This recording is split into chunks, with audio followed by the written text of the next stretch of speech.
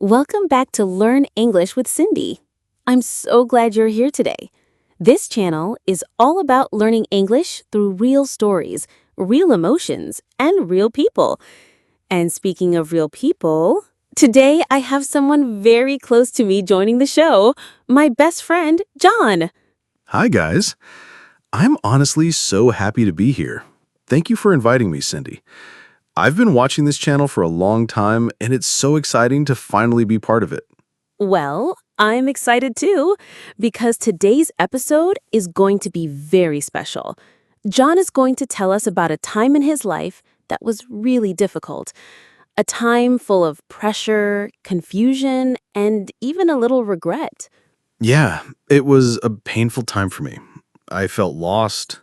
I made choices that didn't match who I really was.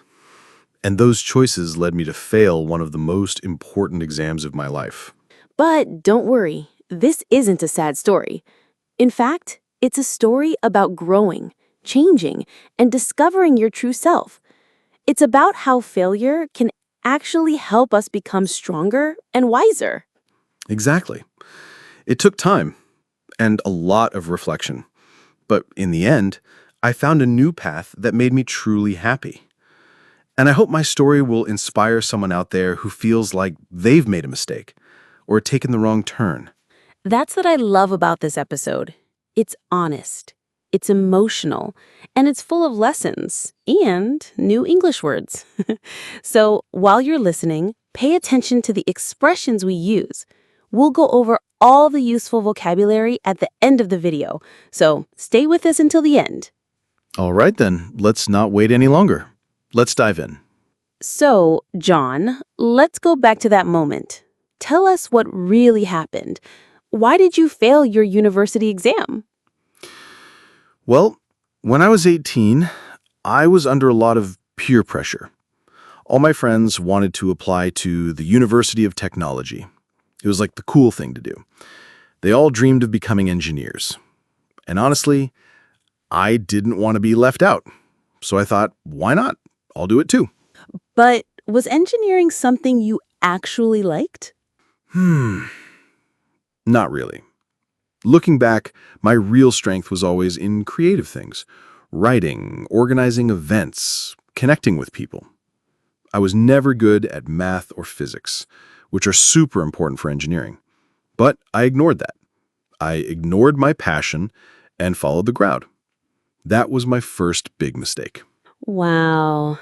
I think so many people can relate to that. Sometimes we don't want to feel different, so we just do what everyone else is doing, even if it doesn't feel right. How did you feel inside during that time? Honestly, I felt uncomfortable. Like I was pretending to be someone I wasn't. But I didn't know how to say it.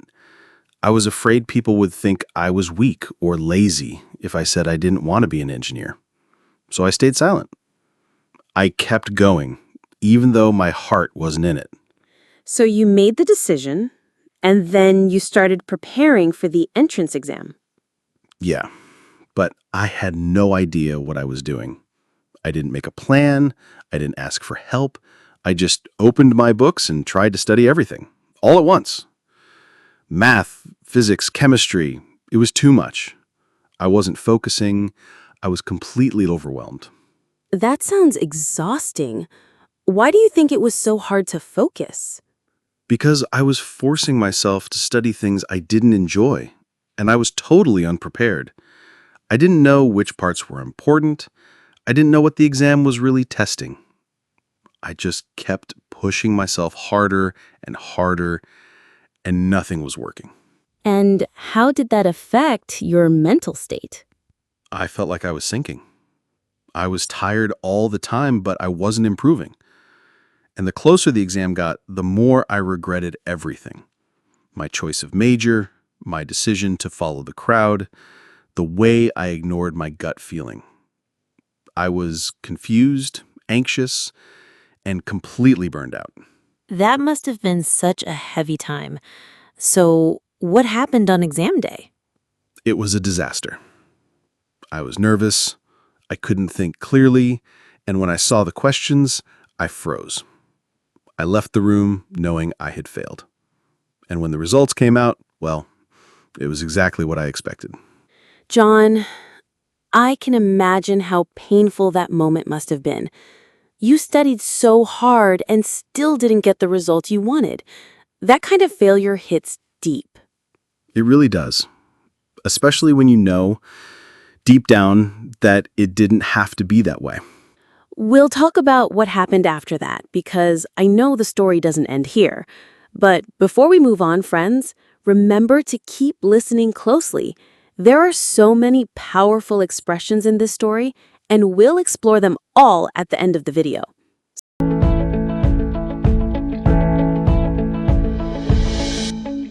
So, John, after the exam, after everything, how did you deal with the failure?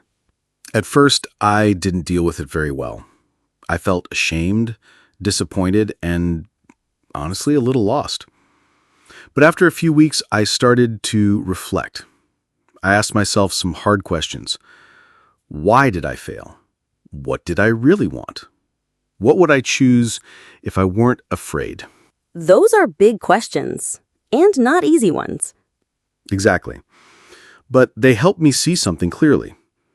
I had been living someone else's dream, and it was time to pursue my own. So, what was your dream? I wanted to work in tourism. I've always loved traveling, meeting people from different cultures, sharing experiences. When I thought about it, I felt something wake up inside me, like a quiet voice saying, "This is who you are." That's beautiful. So, what did you do? I made a decision. I would apply to the tourism program at the University of Economics. This time, I was more determined than ever. I set a clear goal, I made a study plan, and I focused only on what really mattered. I didn't try to be perfect, I just tried to be better each day. What was different about your second try? Everything. I had motivation, real motivation. I was finally studying for something that excited me. I wasn't studying out of fear, I was studying with purpose. And the results? 1 year later, I took the exam again, and I passed. It wasn't just a test result. It was a moment of healing. It gave me back my confidence. John, that's incredible. You turned a failure into a moment of growth, a real turning point. Yeah. And the truth is, I'm even grateful for the failure. Because without it, I wouldn't have listened to that small, quiet inner voice, the one that had been trying to speak all along. If you could give just one piece of advice to someone who's struggling right now, what would you say? I'd say, don't be afraid to change direction. If something doesn't feel right, it's okay to stop, to think again, and to choose a new path. Because sometimes getting lost is what helps us finally find ourselves. That's so powerful. Everyone watching, thank you for staying with us through this story. Don't forget, we'll go over all the useful vocabulary from today's episode right after this, so stay with us a little longer.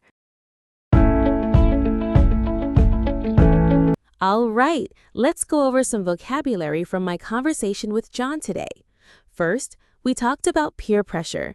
That's when people your age, like classmates or friends, push you to do something, even if you're not sure you want to. John felt a lot of peer pressure when he was choosing his major. Then we have reflect. It means to think deeply about something. After failing his first exam, John took some time to reflect on what he really wanted in life. Next, pursue. To follow or try to achieve something. For example, John decided to pursue his passion instead of studying a subject he didn't like. Overwhelmed is when you feel like everything is too much and you can't handle it. At one point, John was overwhelmed by all the assignments and expectations. Your inner voice is that little voice inside you that tells you what feels right or wrong. John learned to listen to his inner voice instead of just following what others said. A turning point is a big change in your life that leads you in a new direction. For John, failing the university exam was a turning point.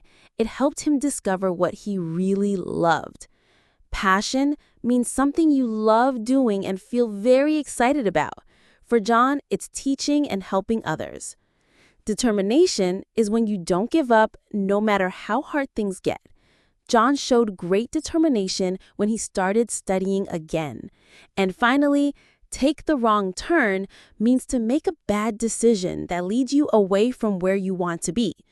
At first, John took the wrong turn by studying something he didn't like, but he eventually found his way back. So, those are today's words. Try to think of your own life examples using them. It'll help you remember much better. Thank you so much for watching this video.